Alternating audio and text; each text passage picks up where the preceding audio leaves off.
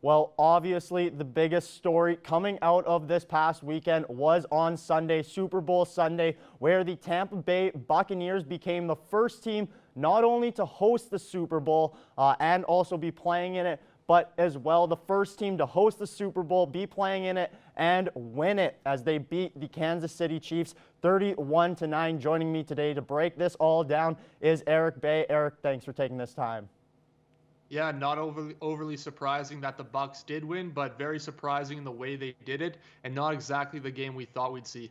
No, coming into this game, a lot of people, including us, were saying we expect this to be a very, very tight game. Definitely not a 22-point differential. And the Chiefs were the favorites going into this game, favorited by 3. Now, Eric, we each thought the Chiefs were going to win this, but really just what happened, what unfolded to make them obviously lose by those 22 points?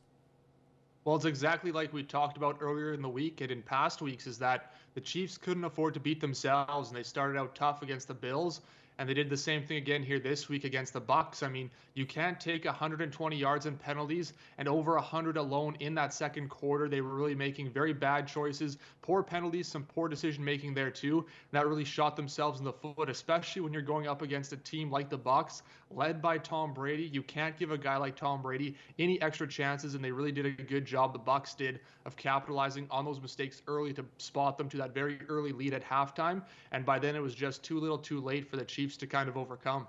For sure. And, looking at those penalties, it wasn't just the yards that they gave up there, but they also gave the Bucs a fresh set of downs. And I mean, love him or hate him, Tom Brady is the best quarterback of all time in the NFL. And when you give him 3 brand new downs to make something happen, 9 times out of 10, he is going to do that. And he did show that. I mean, between his connections with Rob Gronkowski, got one with Antonio Brown there. Those penalties really, just killed the Chiefs any momentum that they were hoping to get there. And, we saw a couple very undisciplined ones. Tyrann Mathieu there had a couple penalties called against him there. But, Eric, there was one while we were watching the game that neither of us really agreed with the call. It sort of looked like an uncatchable ball. Do you want to just break that down there?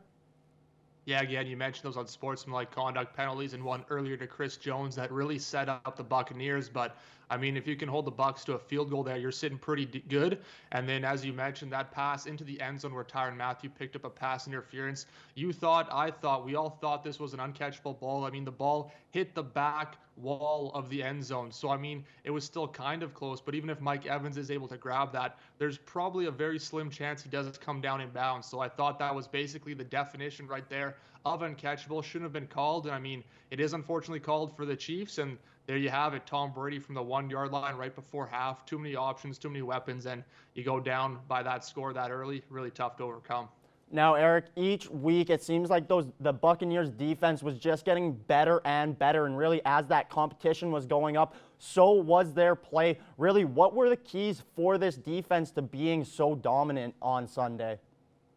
Yeah, pressure. I mean, that's what we've said. That's really the kryptonite of all quarterbacks is pressure. You stop them from having time in the pocket to settle down, find open receivers, and really pressure them to move quicker. And that's what this front line did. I mean, Ndamukong Suh had a sack and a half. Pierre-Paul had a sack. Even Shaq Barrett was around the quarterback. And I mean, any quarterback less mobile than a guy like Patrick Mahomes, you're looking at way more than 3 sacks. I'm talking like 6, 7, 8, because they were all over him from start till finish and did a very good job too of once that Mahomes did escape the pocket, they were able to contain him, keep him behind the line, and force him to throw the ball away downfield. And that was really the key, is to be able to maintain a guy with his athleticism, keep him from making those throws, and stopping the Chiefs offense right from the start of the snap. Yeah, tough part for the Chiefs was they were missing each of their tackles on either side there. So, obviously playing with different guys in front of you with, some second string guys instead of your top tier offensive tackles there, it obviously changes things. And that pressure, like you said,